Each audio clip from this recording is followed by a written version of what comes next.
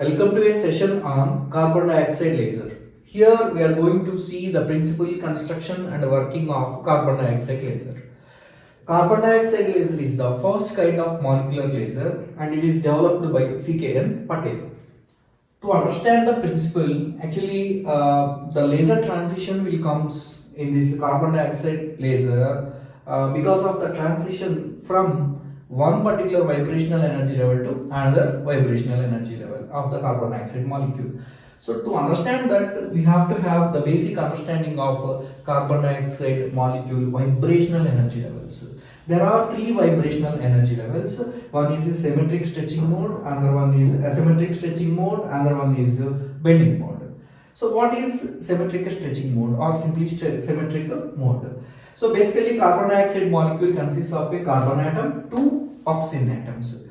In the symmetric mode, these two oxygens either approaching or departing the carbon atom at the same time. This is called as what? Symmetric mode, and we can represent the symmetric mode like this, general denotation. Next one is what? Asymmetric stretching mode. In the asymmetric stretching mode, the first oxygen atom moving away from the carbon atom, but at the same time the second oxygen atom moving towards carbon atom. To compensate this, the carbon atom moving away from the first oxygen atom. This is called as what? Asymmetric stretching mode. Generally, asymmetric stretching mode doesn't involving in any laser transition, but here the energy is more in the asymmetric stretching mode. So generally the higher energy levels, metastable state is nothing but a asymmetric stretching mode which involves the laser transition. The next one is bending mode. What is the bending mode? Here this is the first oxygen atom, carbon atom, and second oxygen atom. Here the two oxygen atoms are moving in downward direction. Let us say here the first carbon atom is moving in upward direction. Let us assume that this dotted line is the center of gravity of these three system. So with respect to these lines, this carbon atom and oxygen atoms moving in a perpendicular direction. This is called as what? Bending mode. This is the general denotation of what? Bending mode, and generally the lower energy levels are bending modes. Let us discuss the construction of carbon dioxide laser. Basically, it consists of a big discharge tube. This is the discharge tube. And if you clearly observe, three kinds of gases. One is carbon dioxide gas, nitrogen, and helium gas is pumped into the discharge tube. Since they are gases, they will enter into the this particular discharge tube at a particular pressure. What is the pressure? This carbon dioxide enter into this discharge tube at a pressure of 0.3 mm of mercury, and this nitrogen gas enter into this particular discharge tube at a pressure of 1.2 mm of mercury, and this helium gas enter into the discharge tube at a pressure of 7 mm of mercury. Of course, this is the basic carbon dioxide laser, and here the laser transitions are due to the carbon dioxide. So carbon dioxide here is called as active center. And nitrogen, why we are using the nitrogen gas is to achieve the population inversion in the carbon dioxide molecule. We have to use what? Nitrogen molecules, nitrogen gas atoms. And what is this? Helium. Why the helium is there? Helium gas we are using at the lower energy levels. For example, here later we will see. So here the gaseous molecules enter from E3 to E2, E4 to E2, and here these gaseous molecules of helium collides with the carbon dioxide molecules and take the energy from the carbon dioxide molecules and send them to lower energy level. That is the purpose of the helium gas atoms. They have to absorb certain amount of energy from carbon dioxide molecules so that the carbon dioxide molecules comes from higher energy levels to lower energy levels. That is the purpose of these three gases. And the mixture of helium, nitrogen and carbon dioxide gas serves as active medium. What is active medium? The medium in which population inversion takes place is called as active medium. and the ratio of helium and nitrogen and carbon dioxide gases are 15%, 15% and 70%. This is the ratio of different gases, how we will take. So before pumping of these molecules, the carbon dioxide molecules and helium gas and nitrogen gas into the discharge tube, we have vacuumize this particular discharge tube to avoid the unnecessary collisions with the various gas atoms. For this purpose, there is an opening to vacuum pump. This removes all other atmospheric gas molecules inside the discharge tube. So only helium, nitrogen and carbon dioxide molecules will be there inside the discharge tube. And one more thing, if you clearly observe the end faces of the discharge tube, these treated at some angle. These are called as Brewster angle windows. This one and this one are called as Brewster angle windows. What is the purpose of Brewster angle window? It will convert a unpolarized light into a polarized light. So you know electromagnetic radiation light is. So it will cut down one of the component. That is the purpose of the Brewster angle window. Of course, they are made up with the sodium chloride. And if you clearly observe the extreme ends of this figure, this one and this one acts as resonant cavity. First of all, what is this? What is this? They are confocal mirrors, which are silver coated, which are confocal mirrors.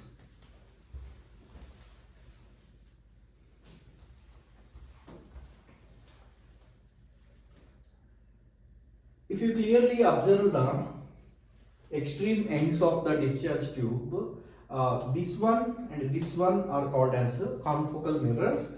Of course, a aluminum coating is there on these two confocal mirrors.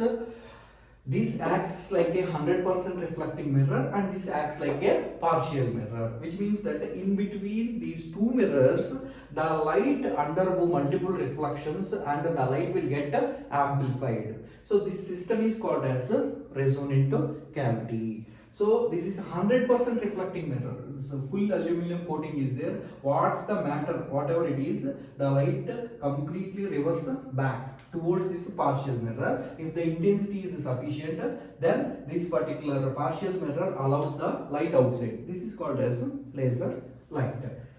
And to create pumping mechanism inside this particular carbon dioxide laser, we have this DC excitation mechanism.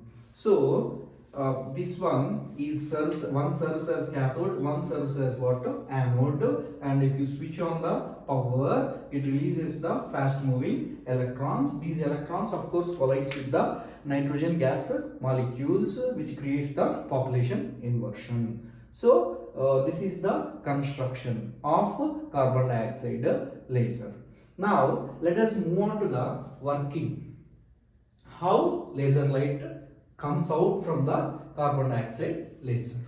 So as I told you that first let us switch on the DC excitation or DC discharge tube. Whenever you switch on this one end acts as cathode, one end acts as what? Anode, and this cathode releases the fast moving electrons. These electrons are accelerated towards the anode, which is a positive one. In this process, these electrons got a huge amount of kinetic energy. You know, electron is a negatively charged particle. This negatively charged particle strongly attracted towards the anode, a positive one.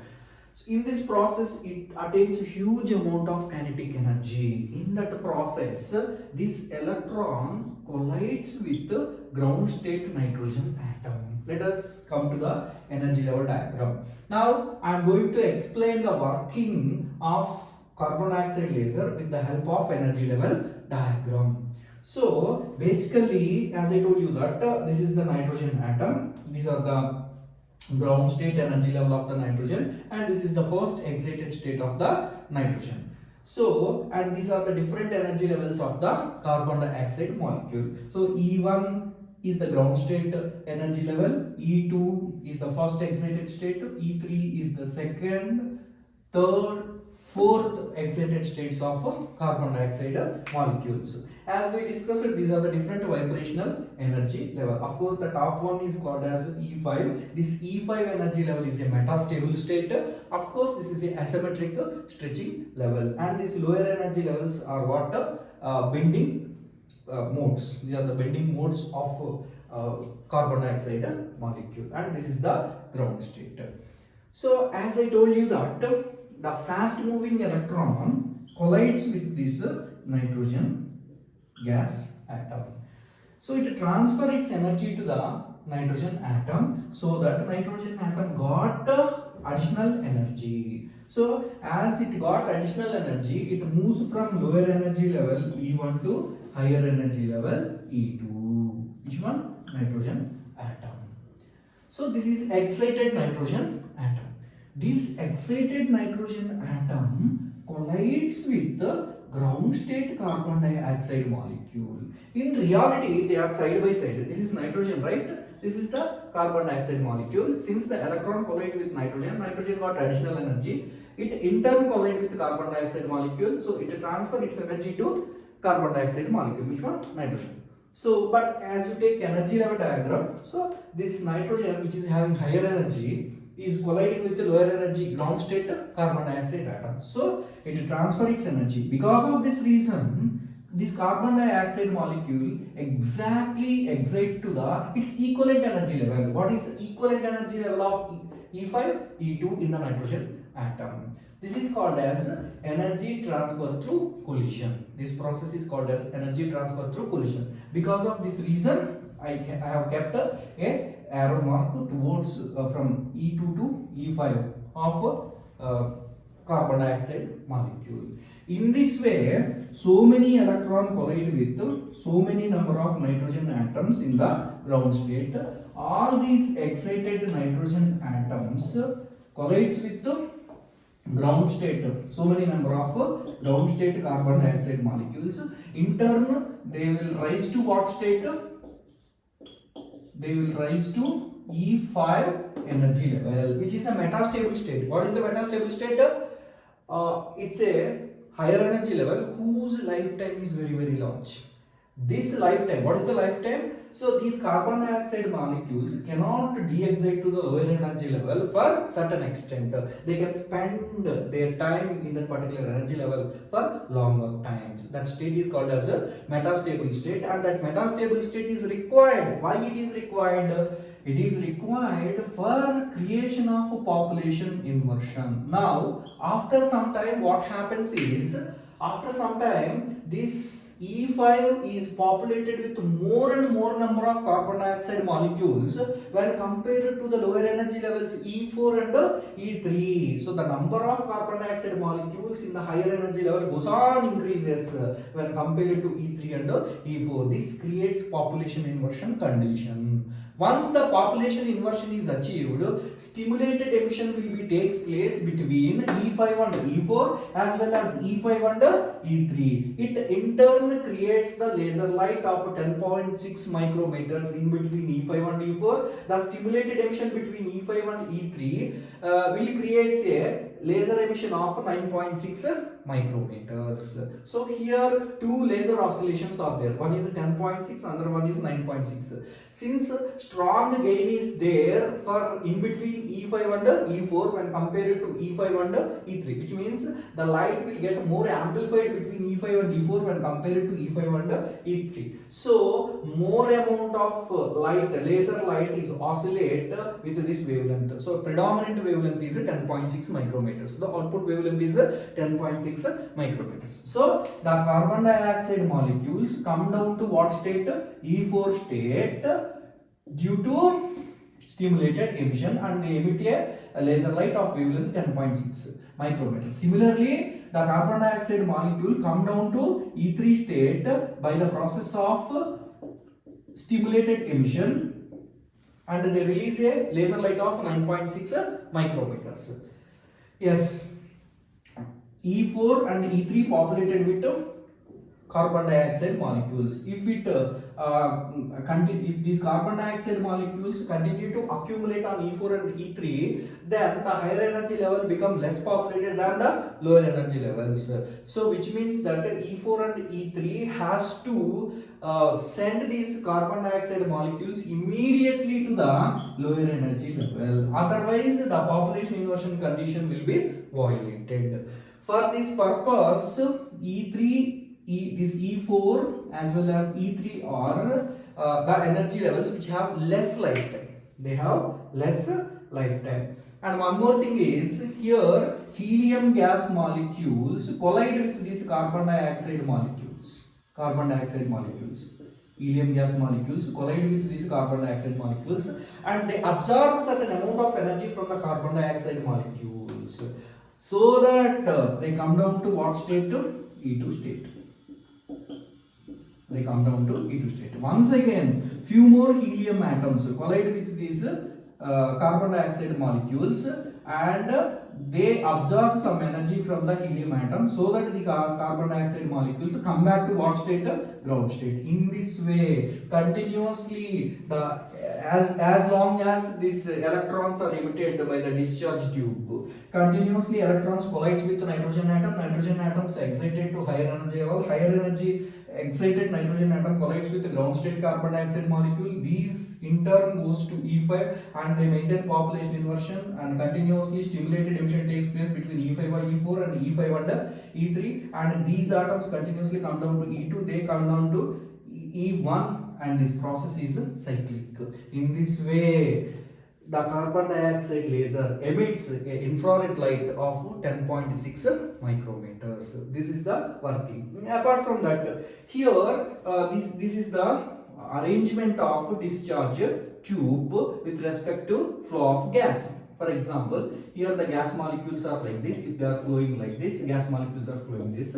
So the discharge tube and the gas flow is in the same direction. This is called as longitudinal arrangement. Here the laser light, actually I told you that this laser light is coming down. In reality, where are these E5 and E4? In reality, the E5 and E4 are there in the gas tube and the 10.6 micrometer wavelength of radiation coming like this and this is continuously getting amplified and this is, if this is sufficiently intense, this particular partial mirror allows them outside and this is the final laser light. It's okay. But if this arrangement, this discharge tube arrangement, what is this excitation source is kept in transverse way to the gas flow, this is called as T laser. T laser, T carbon dioxide laser or T CO2 laser. What is T? Transversely excited atmospheric pressure carbon dioxide laser. Normally in the previous case, how the excitation mechanism takes place, here the output power is 50 to 60 watt per meter. Suppose if this discharge source is kept in a direction perpendicular to the flow of gas, that is called as a transversely, we are exciting the gas molecules in what direction? Transverse manner. So transversely excited atmospheric pressure CO2 gas laser, this is called as, it will produce the laser with huge amount of power like 10 kilowatt per meter. In this way we can increase the power of the output of the carbon dioxide laser by using this transverse arrangement. Thank you.